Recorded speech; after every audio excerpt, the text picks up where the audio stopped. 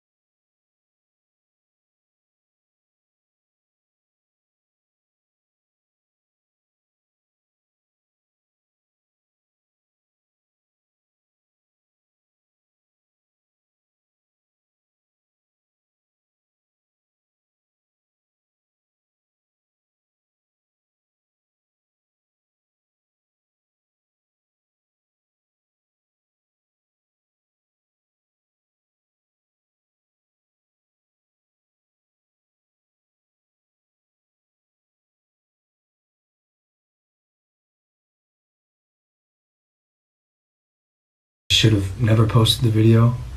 I should have put the cameras down and stopped recording what we were going through.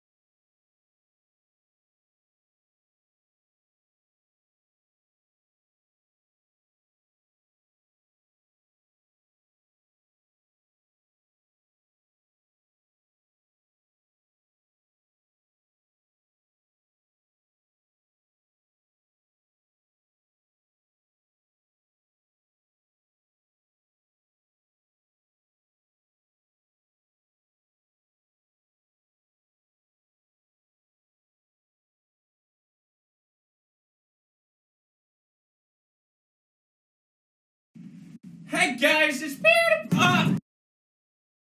And continue. But hey, what's up guys? It is your boy Sircon here, part of the Folk Bros. Back with another video, and today is actually a different video. I'm talking about Logan Paul. He uploaded a video where he found a dead body in the suicide forest in Tokyo.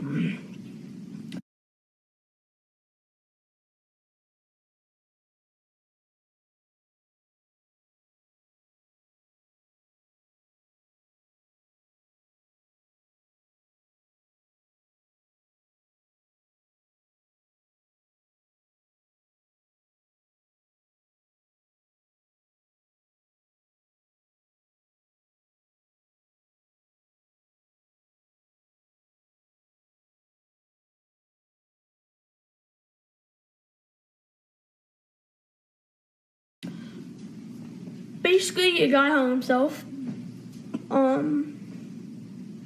Which basically suicide is not a joke. Obviously, I was a little disappointed when I saw the video, but you gotta think about it. everyone makes mistakes. I'm sure everyone that's watching the video has made a mistake. I've made a mistake. People that are criticizing him are making mistakes.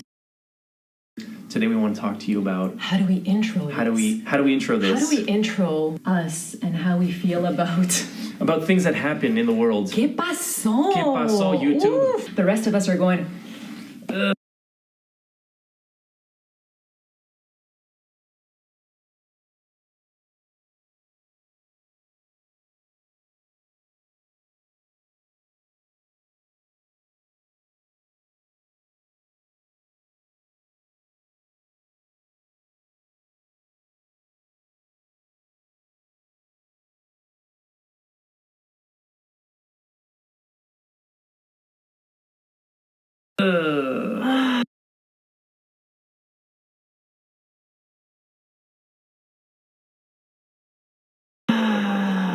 Yeah, no. Today we had to turn on the camera and talk to you about something that was really, really important, that really hit us as parents, as creators on this wonderful platform we call YouTube. And you know what? We have been biting our tongues for a very long time. We've been biting our tongues and not saying anything. And because, let's be honest, people don't want to hear the truth. Like, that's been my experience. Right. In my family, with my relatives, with people in general. You find that small pocket of people who are willing to expose it and make it better and grow and learn from your mistakes. This has been something that we've been thinking about, and then obviously after the mega explosion happened with the video with Yes. Logan Paul. Logan Paul, something very serious happened on Logan Paul's channel. He was in Japan and he recorded himself in a forest, and he included a person who committed suicide in the thumbnail. And the video's been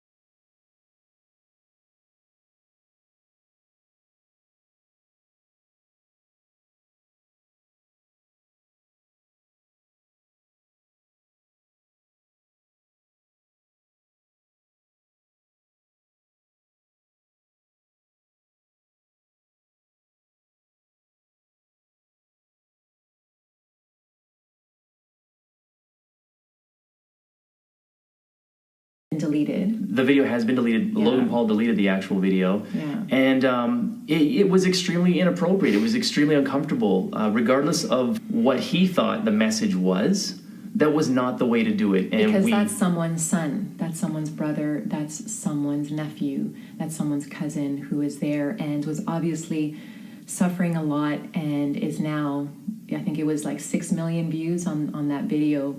It's just such a tremendous disrespect to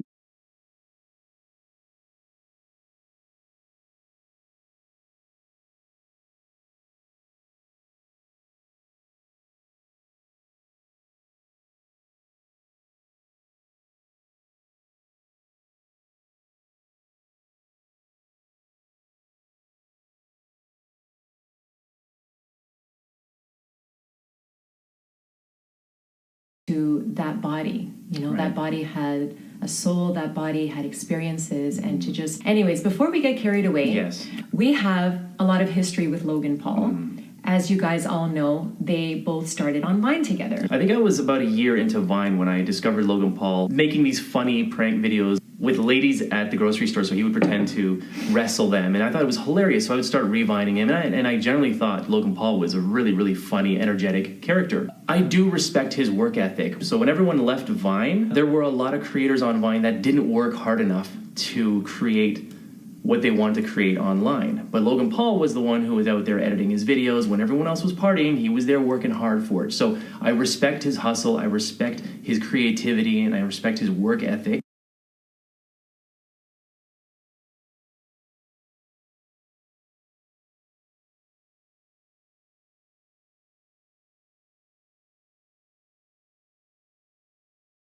However, I honestly believe that his ego got to him. At a young age, when you get piles of money coming in, you feel like you're unstoppable. and eventually you will cross the line. And people treat you like you're unstoppable. Like I saw footage of him walking onto the stage. In Dubai. I think in Dubai, and It was just like, amazing. Look at this. Yeah. Look at my admirers. Look at all my people. You don't do that. Remember where you came from. You're just like the rest of us.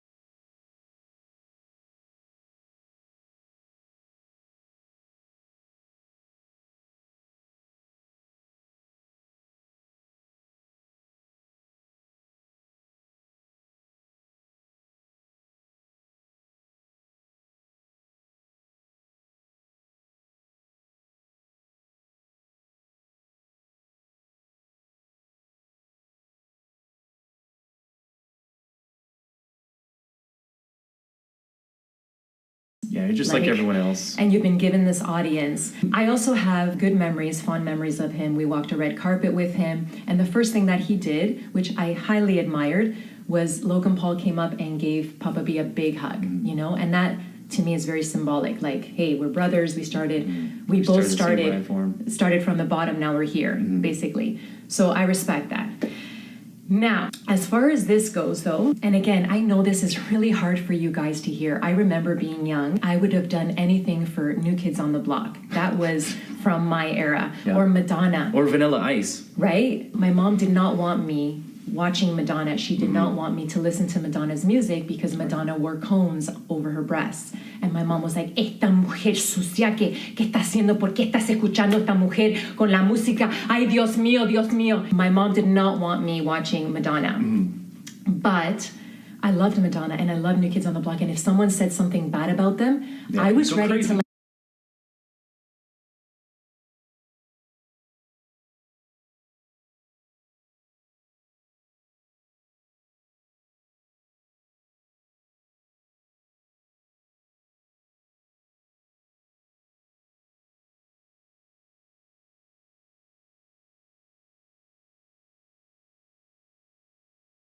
like battle people because these were my idols. Even though these were people who I had never met, probably will never meet in my lifetime, but I was really willing to fight for these people who I never met but admired, and I was ready to battle with my mother who wanted the best for me. We get that you're not going to want to hear a lot of this stuff. Right, and we get that a lot of you watching right now are fans of Logan Paul and Jake Paul.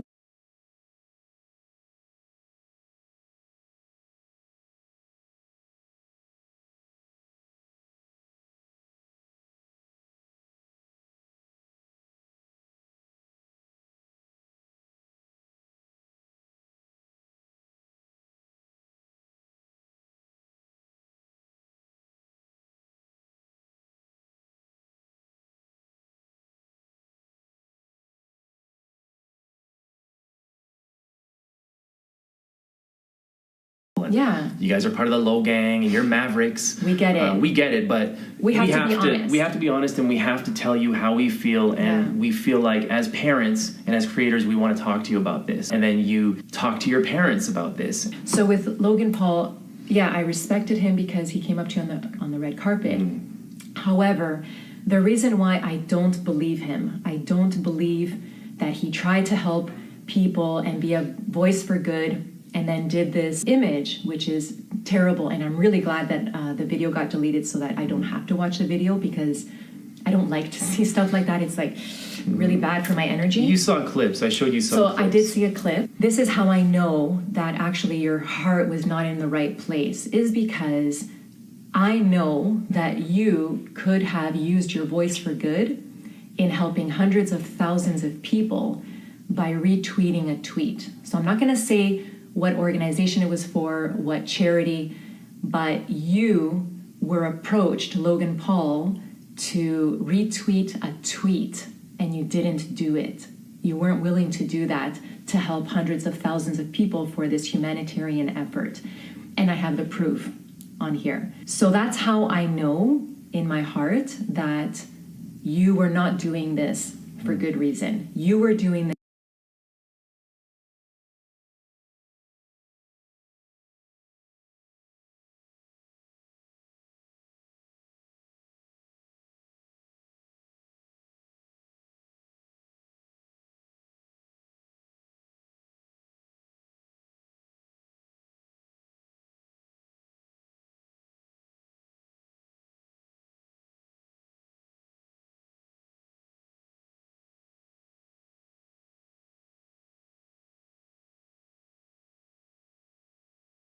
this to show gigantic views, because on YouTube, for the viewers, I don't know if you know this, but your view is your vote. So your view is how you vote for the channels that you want to be successful. So if you're watching a channel, that's your eyeballs getting that view is the vote. And just like Philip DeFranco said, 600,000 likes on that video. So that means people were watching it and liking that video. So we can talk about that after, because that's more about parents educating children to see what is it that they're actually watching and liking. Okay, but let's get back to the views. Your vote is your view. The problem that's happened with YouTube is it's gotten to a point because there's so many channels and people are trying to show you their stuff. So what's happened is there's been this thing where it's all about the thumbnail. It's the thumbnail. Yeah, it's the thumbnail that really, really affected us, and it affected a lot of people. Yeah. And as Mama B says, there's a lot of competition for the thumbnails. So in a perfect world, you subscribe to the AB family and you watch all of our videos, but it doesn't work that way. We have to show you something and like Right. It has to be over the top and colorful, and it has to be like, oh, right.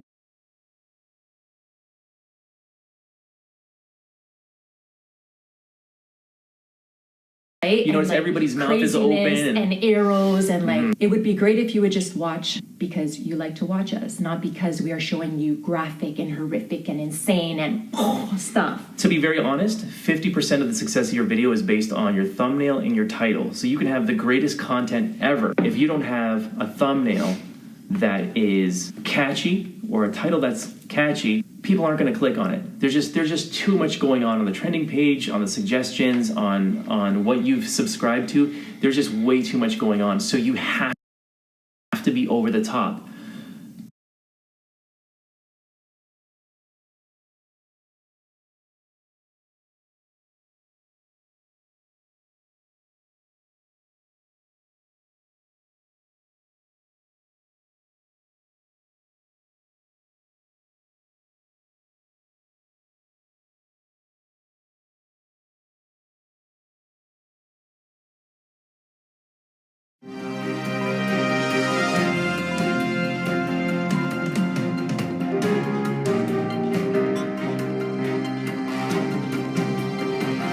What is up, Trouble Alert Nation? I'm your host, Killer Keemstar. Let's get right into the news. Finally, we have news. It's been so slow around here. Our first story is coming from Brandon Hampton. Now, many of you might not know who this is. He is an in real life streamer here on YouTube. And well, your boy Brandon got into some shit. Watch this. Roll it. You scared? I see your heartbeat. You're scared. I see your heartbeat. I'm right here. I see your heartbeat, nigga. What's that? I'm angry, bro. I'm angry. I got money to make.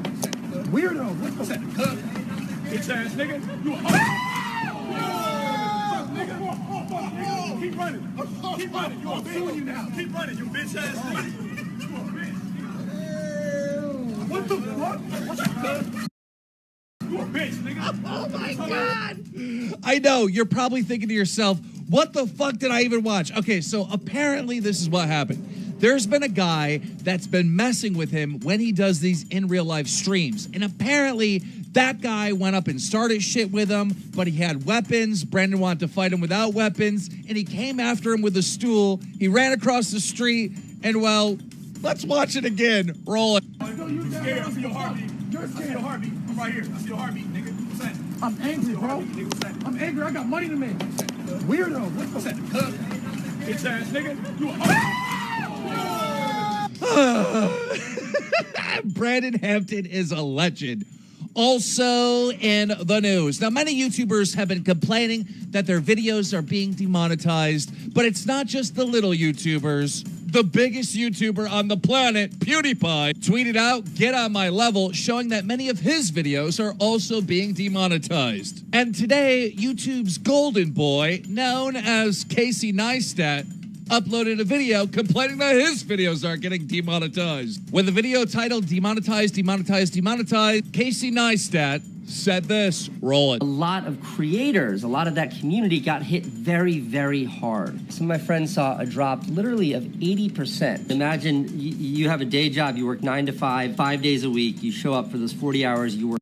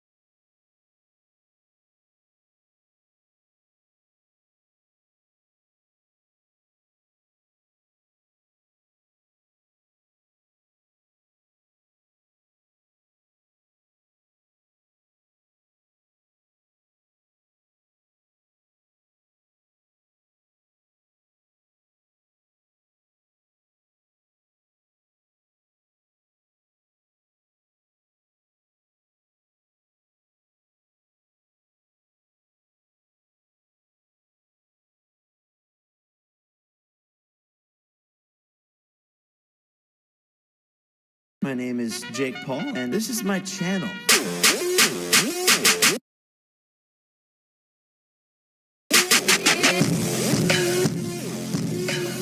I was born on January 17th, 1997 in Cleveland, Ohio.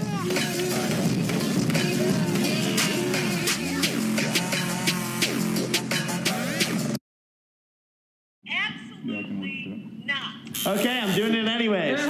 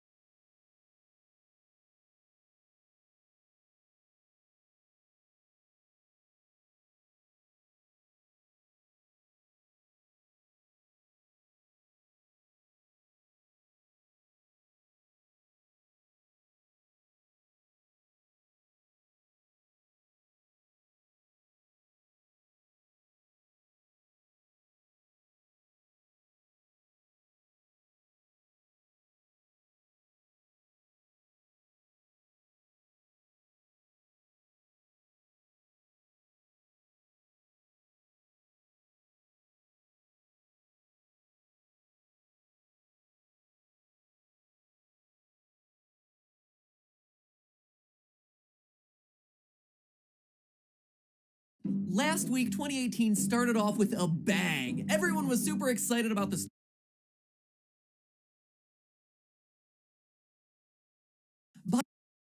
what?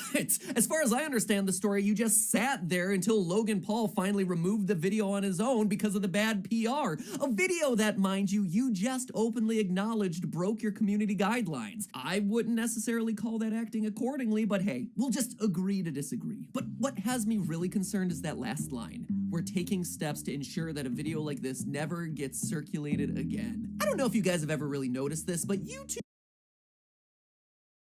Do you love watching game theory? Last week, 2018 started off with a bang. Expect more of problems to the tens of thousands of creators who are working their asses off every single day to create content for this site, YouTube. Before you fly off the handle and start instituting a whole series of new yellow badges to decorate our upload screens, listen for a second. I understand your problem, and I think I know the solution, and I think it's important that everyone else on this website also hear this out. Your algorithm, as it currently operates, has an exploit in it that rewards the sort of bad behavior that we've seen from the likes of the Pauls. I like to call it the Logan loophole. It had a better ring to it than the Paul hole. Anyway, regardless, let me explain. In my videos outlining how to create YouTube trends and how Viners like Logan Paul have been able to see such explosive growth on the platform, I mention this paper written by your engineers, Deep Neural Networks for YouTube Recommendations, with such super memorable quotes as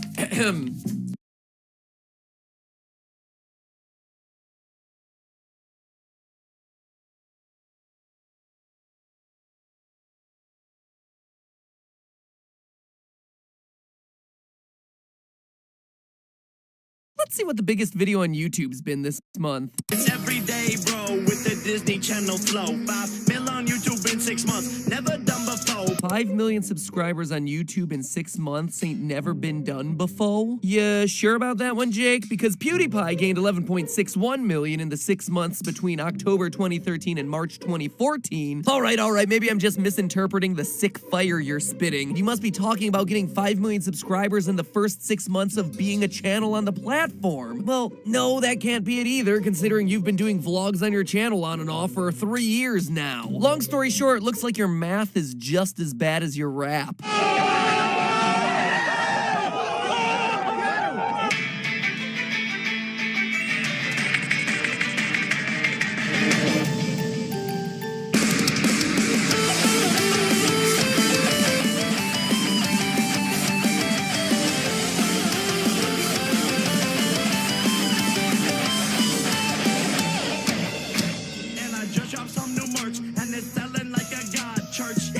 did I. I'm assuming selling like a god church means that it's selling well. And if so, congratulations. So is ours. Speaking of, just a friendly reminder that you guys have only 2 days left to get your limited edition Game Theorist merch, those cool asymmetric t-shirts, the backpack, and the fidget spinner by spanking that link right below this video. You see it down there? Yes. Smack it hard. Do it. Anyway, hello internet. Welcome to Game Theory, the Yeezy Buster of false YouTube claims. I assume I have no clue what a Yeezy Buster is. So 3 years ago, back when Vine was still only 6 months old, I covered how and why PewDiePie was primed to overtake Smosh and surge to his uncontested #1 spot on YouTube, becoming the world's most famous gamer. Fast forward 3 years to today, and things have changed a lot. Felix has gone from professional gamer to professional reactor, Smosh has split up, and YouTube's biggest creators are Viners who transitioned over like war refugees when Vine died earlier this year. But when you stop to think about it, that one in particular is a weird trend, right? Why are Viners, and Viners specifically, people like Logan and Jake Paul, Lily Pons, and Lance Stewart all of a sudden just blowing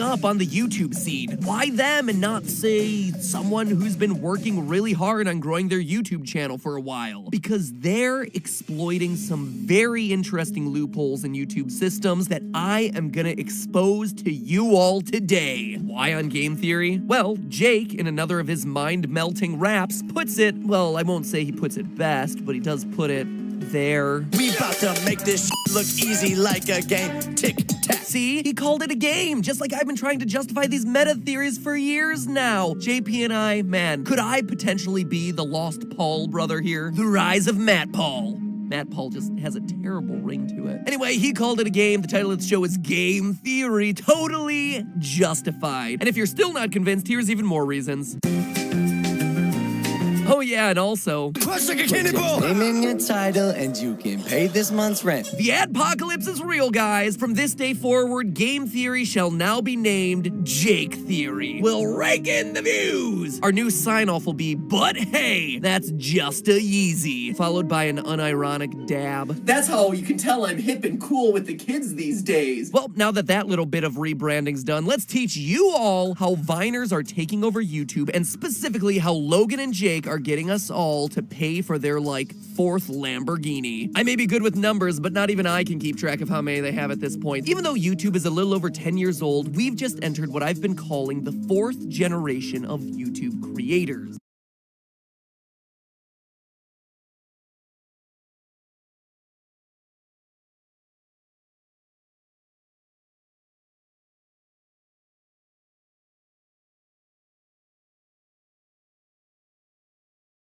Gen 1, the red-blue generation, were the people just using this site as a place to store some videos. Most went unnoticed, but some were funny enough, interesting enough, or just so bat feces crazy enough that they took the internet by storm, with people sharing them with each other over things like email and Facebook.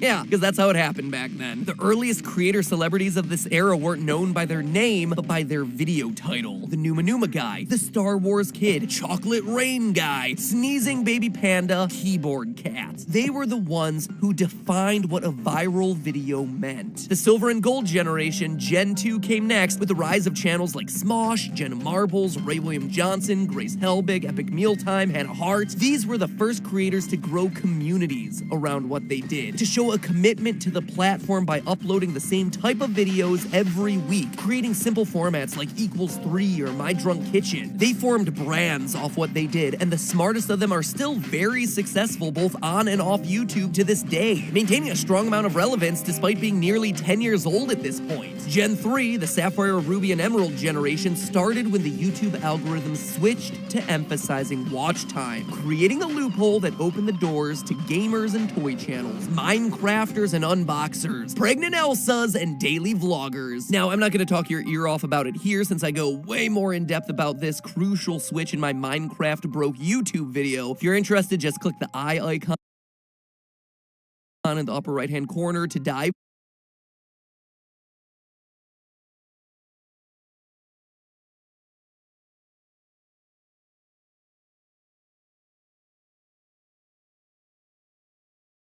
deep when you're done with this one. And yeah, that's where we've been up until pretty much the last few months. Which brings us to Generation 4 Diamond and Pearl, a huge turning point on YouTube and where the Jake Paul, Logan Paul story begins. What's the defining characteristic of Gen 4 creators? Well, creators who are blowing up right now, like Liza Koshy, Collins Key, Lance Stewart, Lily Pons, and of course, the Pauls are the first generation of creators who grew up watching YouTube, where becoming a YouTuber was an actual thing that you could aspire to. All right, class, what do you all want to do when you grow up? I want to fake pranks in order to make people rant about social injustices on Facebook. I want to react to people reacting to my reactions. I want to scream at video games and make millions of dollars. Screw studying for 10 years only to become an underpaid doctor or engineer. Anyone with a camera phone, fidget spinner, and fast enough smash cuts can make it on YouTube now that it's proven itself to be a stable place to earn money. And Gen 4 creators are starting with a huge advantage. Everyone that came before was trying to figure out the system. It was the Wild West. None of this had happened before, and most never intended to be in the spotlight in the first place. But Gen 4 creators grew up watching celebrities get made online. They grew up smashing like buttons and hearing all the ways that the YouTube algorithm was broken. They know what they liked, they know what they responded to, and they are now able to refine it and redefine it.